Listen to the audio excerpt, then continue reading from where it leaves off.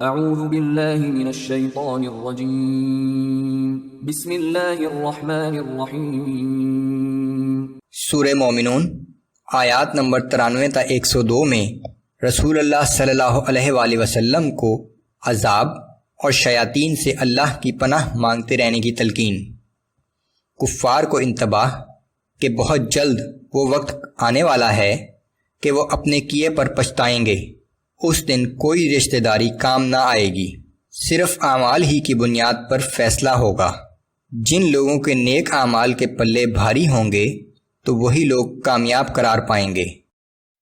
اعوذ باللہ من الشیطان الرجیم قل رب اما ترینی ما یوعدون رب فلا تجعلنی فی القوم الظالمین۔ اے پیغمبر صلی اللہ علیہ وآلہ وسلم، آپ دعا کیجئے کہ اے میرے رب، جس عذاب کا ان سے وعدہ کیا جا رہا ہے اگر وہ میری موجودگی ہی میں آ جائے تو اے میرے رب مجھے اس ظالم و نافرمان قوم کے ساتھ شامل نہ کیجئے۔ وَإِنَّا عَلَىٰ أَن نُّرِيَكَ مَا نَعِدُهُمْ لَقَادِرُونَ۔ بے شک ہم اس بات پر قادر ہیں کہ جس عذاب کا وعدہ ہم ان کافروں سے کر رہے ہیں وہ آپ کی زندگی ہی میں نازل کر کے آپ کو دکھا دیں۔ ادفع بالتی ہی احسن السیئۃ، آپ ان سے درگزر کریں اور ان کی برائی کا ہمیشہ احسن طریقے سے جواب دیں۔ نحن اعلم بما یصفون، ہم ان باتوں سے خوب واقف ہیں جو یہ آپ کے متعلق کہتے ہیں۔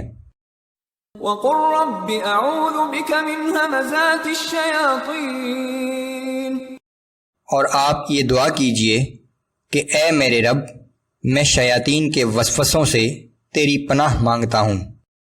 واعوذ بک رب ان یحضرون، اور اے میرے رب میں تیری پناہ مانگتا ہوں کہ شیاطین میرے پاس آئیں۔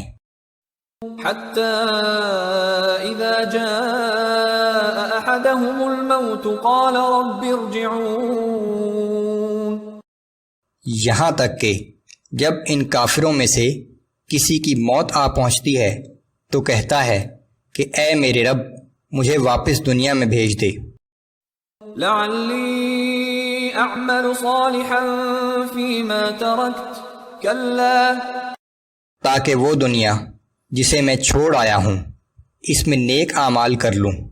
نہیں، ایسا ہرگز نہیں ہو سکتا۔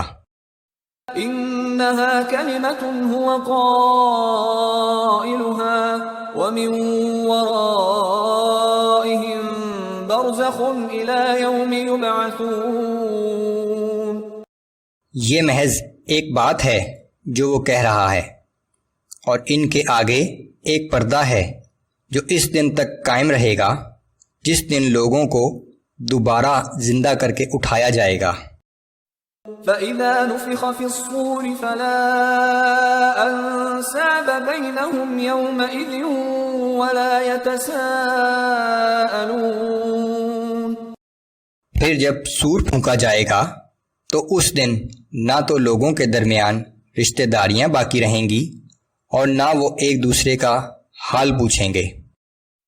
فمن ثقلت موازینه فأولئک هم المفلحون، پھر جن لوگوں کے نیک اعمال کے پلے بھاری ہوں گے تو وہی لوگ کامیاب قرار پائیں گے۔